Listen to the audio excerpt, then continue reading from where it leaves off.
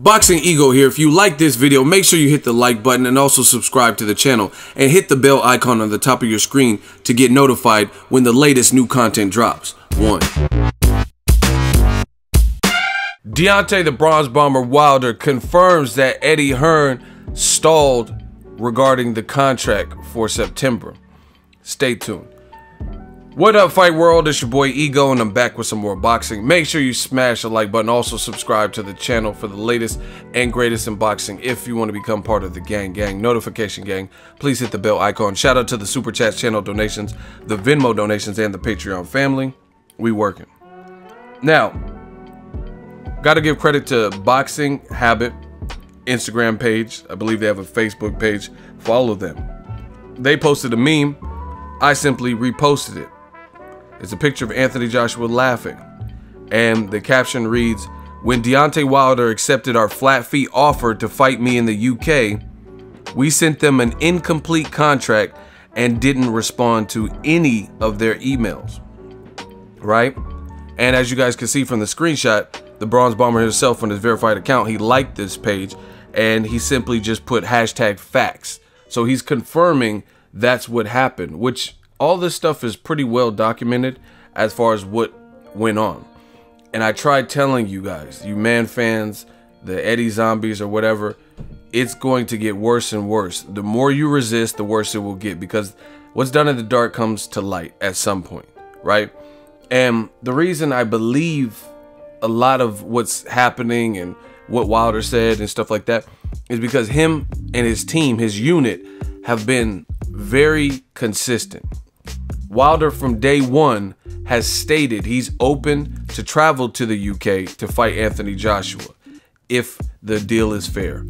He says he could fight in America if it's a fair deal, right? It's Joshua's side that said, hey, we're really interested in 50 million, knowing it would be in America, then later came out and said, we are not interested in taking the first fight in America because for all intents and purposes, we're the A side and we've earned this and we worked to this. So how are you interested in the $50 million deal if you knew one of the sticking points, one of the terms was that you would have to come to America? How are you very interested? And then yet they still try to blame it on, oh, we asked for a contract. What is that doing? If you don't like the location and that's the location they gave you, then what is them putting in a contract form going to change it? It would just, for more time, it would just be trying to switch it and change things and things that don't need to be changed. You know what I mean? The money's in the US. That's where it can generate the most money. Eddie Hearn's team, Joshua's team, they've confirmed this. Eddie Hearn says he thinks this fight on Twitter does 40 to 50 million. Joshua was offered that himself just with his purse guarantee. I have never seen a situation, literally, listen to me, I've never seen a situation in boxing where you have a promoter who advises the career of his fighter and the promoter is saying the whole event on our turf, on our land, does the same amount, if not 10 million less than what we can get if we stage the fight in America. It's not like Pacquiao fighting Matisse in Malaysia, you know, because that's not a well-known place for boxing. It's not like they have to go to, you know, some obscure place that doesn't really have boxing. Every star in boxing history who has a global name has fought in America. Fact. I cannot think of one person who is revered, from Julio Cesar Chavez Sr.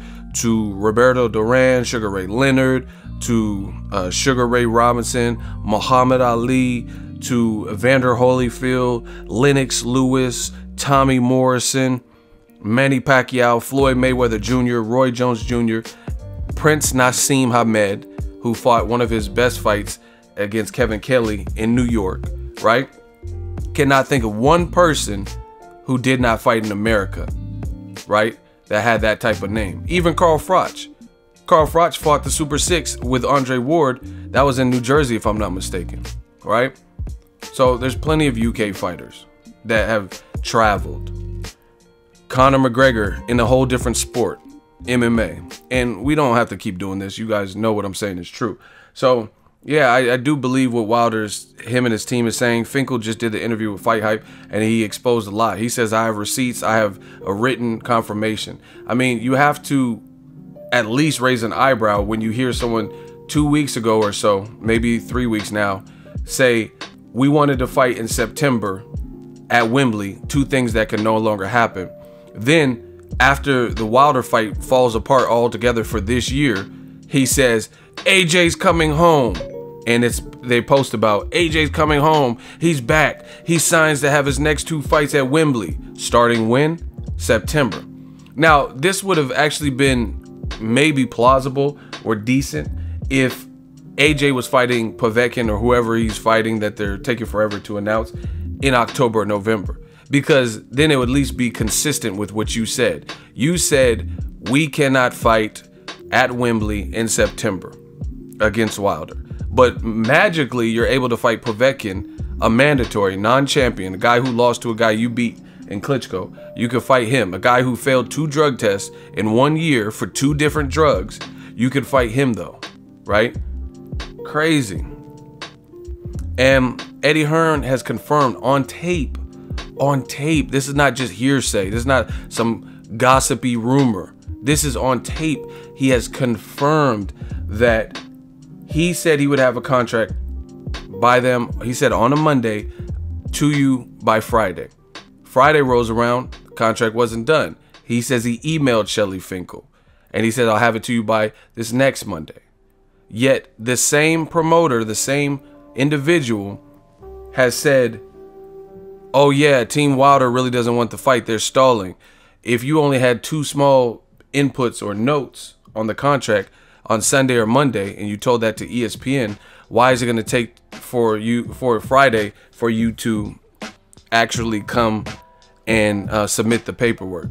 But it was okay when you did it, and you acknowledged that you did it. So you could take a week to finalize things on your end, get signatures, get approvals or whatever. But the WBA steps in because it's taking far too long when you do it. None of this stuff will make sense. So like I said, as long as you guys keep resisting, it'll be worse and worse for you, because we will get truth, we will get justice. And Eddie Hearn confirms that he sent the contract with no dates. He did an interview where he confirmed that.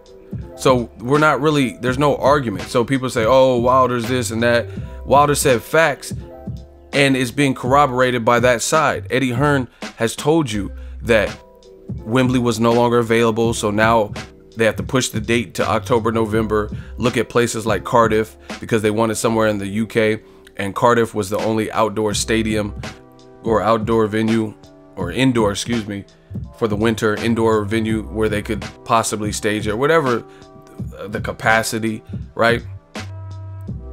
So what are we really talking about? So how, I know people are going to dislike the video, leave stupid comments, but answer some of these questions. If you disagree with Wilder saying facts, then explain how that side has agreed that they sent a contract and it was incomplete. It wasn't fully filled out, right? So Wilder's supposed to sign, and this is more hypocrisy, more double standards. Wilder and his team, Shelly Finkel, you're accusing them of stalling and procrastinating with the contract because they don't really want the fight, but they're supposed to submit an incomplete contract. Meanwhile, when they had the outline principles, 50 million, 50% of the back end, 50 million guaranteed, fight in America, no rematch clause between the dates of September and December. And you said, oh, send us a contract.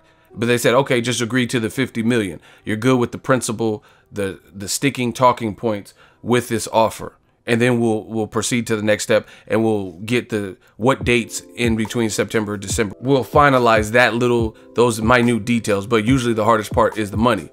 Eddie Hearn and Team Joshua never agreed to the $50 million. Therefore, a contract was never done. So once again, Eddie Hearn expects for Wilder's side to have an incompleted contract with no dates, no venue, right? And no promise initially that it was the next fight. It didn't say anything about this will be Joshua's next fight, of course, with no dates and stuff. So Wilder's team is supposed to expedite things and just sign away. But you weren't even willing to sign with probably more information, you know what I mean, or the same information. You didn't know the venues and stuff. So just hypocrisy. And I think the world sees what's going on, and it's just, to me, it's getting crazy. It's getting crazy that we're still arguing about this as fans. But you guys know who the winning side is and who's calling it like it is. But either way, I'm waiting for Joshua's next fight to be announced. Let me know what you guys think. Drop your thoughts in the comment section. Make sure you smash the like button as always. Hate, comment, and subscribe. Till next video is Ego signing off. So if you enjoyed this video and want more content like this on the channel, you can show your appreciation by going to the PayPal donate button or the YouTube support button. And you can donate any amount that you feel is equivalent to the value of this video. Much more to come. Thank you guys for your support. Boxing Ego, the future of boxing.